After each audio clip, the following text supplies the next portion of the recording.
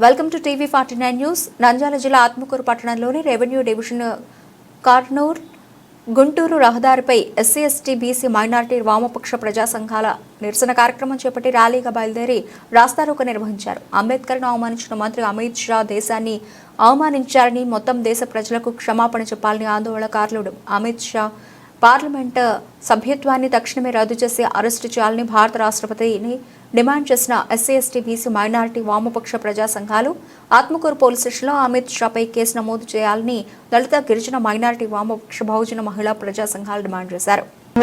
ఎలాంటి హక్కులు లేకుండా ఈ దేశంలో కొన్ని వందల సంవత్సరాల కాలం ప్రజలు జీవించున్నారు, జంతువుల కంటే హీనంగా. అట్లాంటి పరిస్థితి నుంచి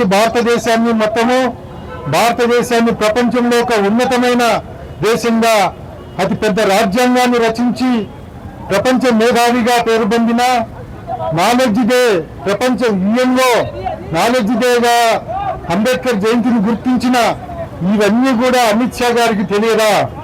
ఇవన్నీ తెలుసు, కానీ అమిత్ షా గారికి ధనమనం అదేవిధంగా అధికార మదం పెరగడం వల్లనే ఈరోజు ఈ రకంగా మాట్లాడుతున్నాను. ఆయన తెలియలేదని కాదు, మహా మేధావి.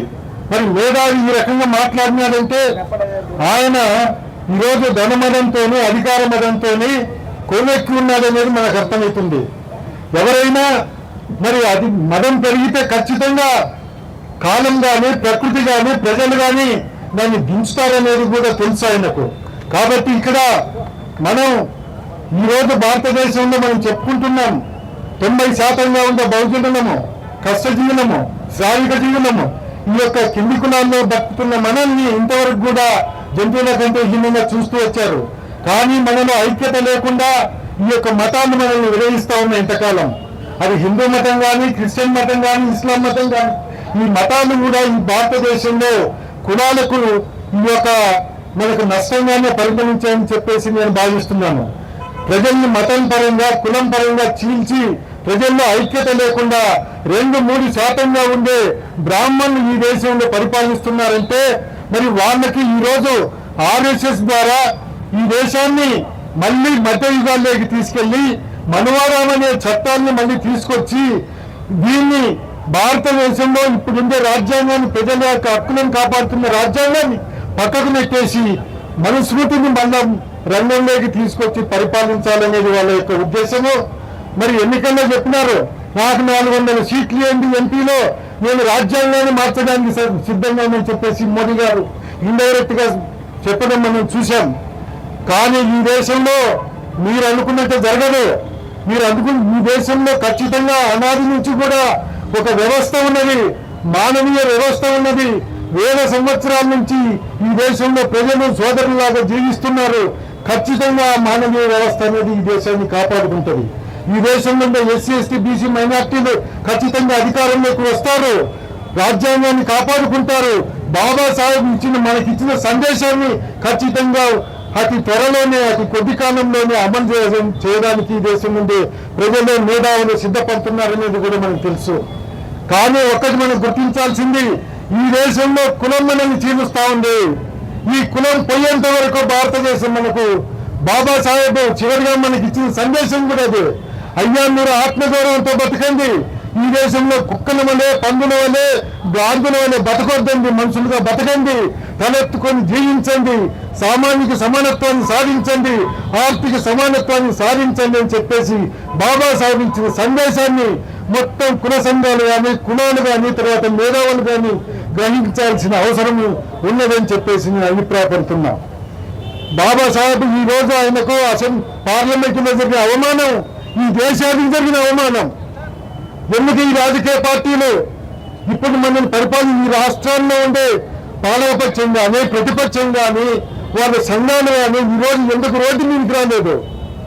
ఇది ఒక్కరి సమస్య కాదు, ఈ దేశం సమస్య, రాజ్యాంగ సమస్య.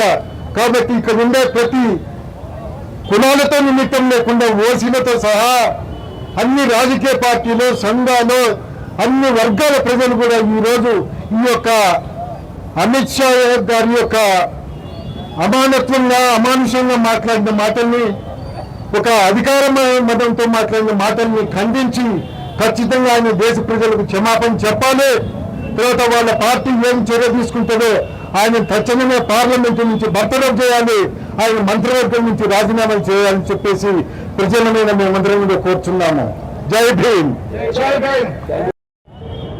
దళిత బీసీ ప్రజా సంఘాల ఐక్యవేదిక ఆధ్వర్యంలో ఇక్కడ ఈ రాష్ట్రంలో ఒక కార్యక్రమం ఎందుకు నిర్వహిస్తున్నాం అనేది ఇంతవరకు మాట్లాడినటువంటి వక్తలు వివరించారు. ప్రధానంగా కేంద్రంలో మూడోసారి అధికారం నేర్పొచ్చినటువంటి నరేంద్ర మోడీ నాయకత్వంలోని బీజేపీ ప్రభుత్వం కేంద్ర హోంశాఖగా ఉంది. గతంలో గుజరాత్ లో అల్లర్లో సృష్టించి రౌడీ చీతలుగా ఉన్నటువంటి ఒక కేంద్ర హోంశాఖ మంత్రి భారత రాజ్యాంగాన్ని సృష్టించేటువంటి వ్యక్తి, రాసేటువంటి వ్యక్తి డాక్టర్ బిఆర్ అంబేద్కర్ గారిని కించపరుస్తూ పార్లమెంటు సాక్షిగా అంబేద్కర్ అంబేద్కర్ అంబేద్కర్ అంటున్నారు. మీరు అంబేద్కర్ బదులు భగవంతుణ్ణి ప్రార్థించుకుంటే మన జీవితాలు బాగుపడతాయని చెప్తా ఉన్నారు. కానీ మేము ఒకటే చెప్తా ఉన్నాం, నువ్వు ఈరోజు పార్లమెంట్ లో బీజేపీ కానీ ఏ పార్టీ అధికారంలో ఉన్నా ఆ పార్టీ నాయకులు పార్లమెంటు కానీ చట్టసభలకు పోవాలంటే రాజ్యాంగం ఒక కల్పించేటువంటి హక్కు అనేది ఈ సందర్భంగా గుర్తుంచుకోవాలి. మరొకటి, నరేంద్ర మోడీ నాయకత్వంలో బీజేపీ ప్రభుత్వం అధికారంలోకి వచ్చే మొదటి సంవత్సరంలో 1000 రూపాయల నోట్లను రద్దు చేసి దేశ ప్రజానికాన్ని మొత్తం కూడా గగ్గోలు పెట్టించి తన చాప కింద నీరులా ప్రభుత్వ రంగ సంస్థలు ప్రైవేటీకరించడానికి ముందుకు పోయినటువంటి పరిస్థితి.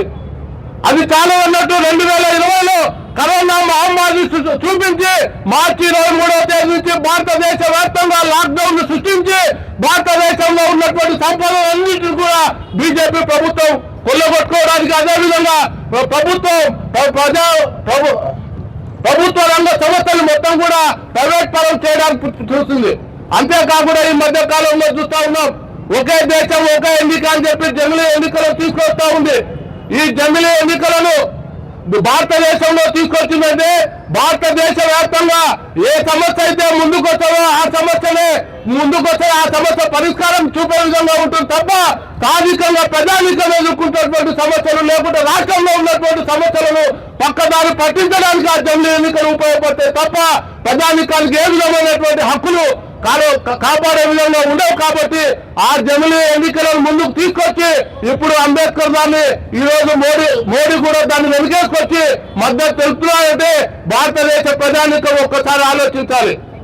ఎందుకంటే ఈ రోజు బీజేపీ కానీ తెలుగుదేశం కానీ ఏ పార్టీ కానీ చట్టసభలోకి అడుగు పెట్టాలన్నా భారత రాజ్యాంగాన్ని రాసినటువంటి డాక్టర్ బిఆర్ అంబేద్కర్ రాసినటువంటి రాజ్యాంగంలో ఉన్నటువంటి హక్కు ద్వారానే ఈ రోజు చట్టసభలోకి పోతున్నాం.